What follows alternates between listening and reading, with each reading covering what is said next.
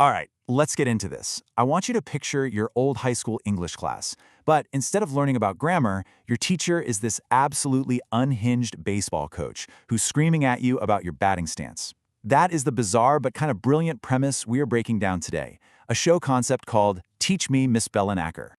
And this right here, this is basically the show's mission statement, coming straight from our very unconventional teacher.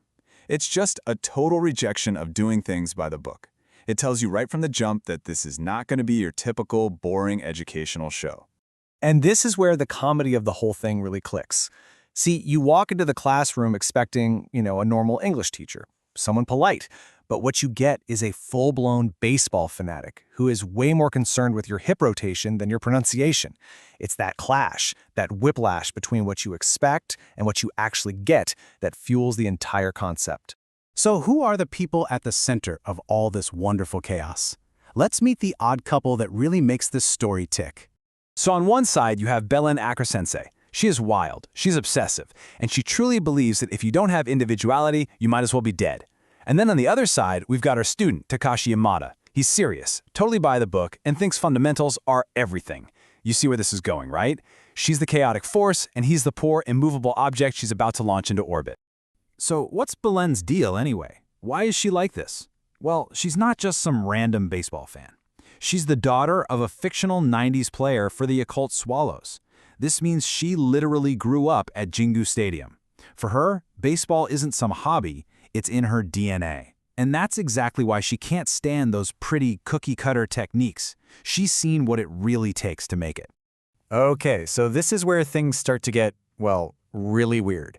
This brings us to the first pillar of the show, where her teaching style goes from unconventional to just plain maniacal.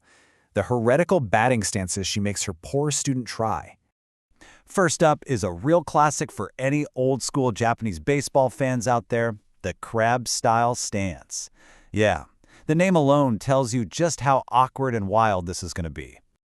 But here's the thing. It's not just weird for the sake of being weird. This stance was made famous by a player named Hitoshi Taneda, and it's a lesson in something much deeper.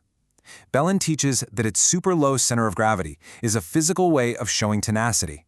It's how you literally dig in and prepare to fight with everything you've got.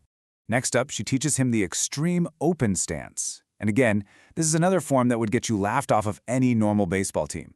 I mean, it just looks completely wrong, totally impractical. But it was used by a player named Yukio Yagashi for a very important reason. See, he had bad eyesight, so this ridiculously open stance was actually a clever adaptation to help him see the ball coming. The lesson here? It's all about courage. It's about having the guts to invent your own way of doing things to overcome your weaknesses. And the list just goes on and on. There's the jelly stance, which is a lesson of relaxation.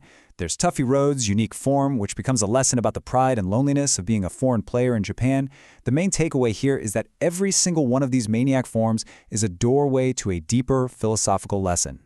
Now you might be thinking, okay, this is great, but where's the English class in all of this? Well, that brings us to the show's second pillar, which is where the language lessons and the comedy just smash together in the most brilliant way.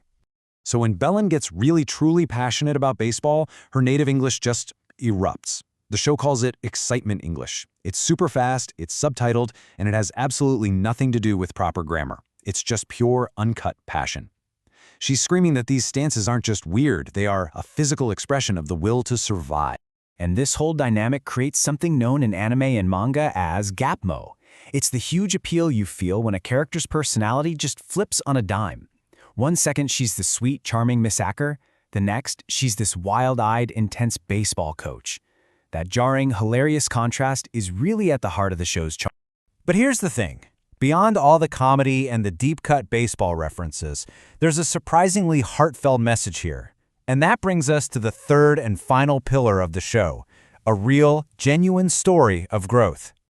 You know, it's really easy to think this is all just a big gag. A show about funny-looking baseball forms. But is that really all that's going on here? And the answer is a hard no. The show argues that these weird forms, they aren't something to be ashamed of. They're weapons. They are the physical proof of a player's desperate struggle to overcome their own flaws, their own complexes, and to find a way, any way at all, to survive and compete.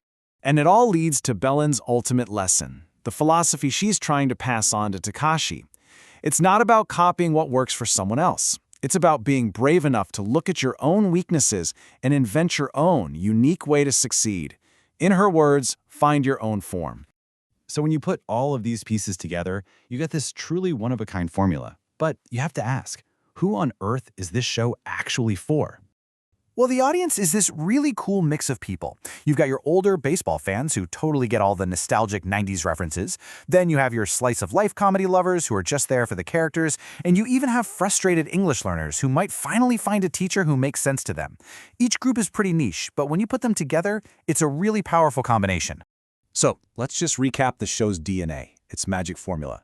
You start with a deep, kind of nerdy love for baseball history. Then you mix in that classic odd couple comedy. You add a little splash of survival English, and you top it all off with a genuinely heartwarming message about learning to accept yourself. And honestly, what better way to end than with the show's tagline? That stance, perverted, but also the strongest. It just perfectly captures the spirit of the whole thing. What the world might see as weird or flawed or even wrong could actually be your greatest strength. The real question is, are you brave enough to own it?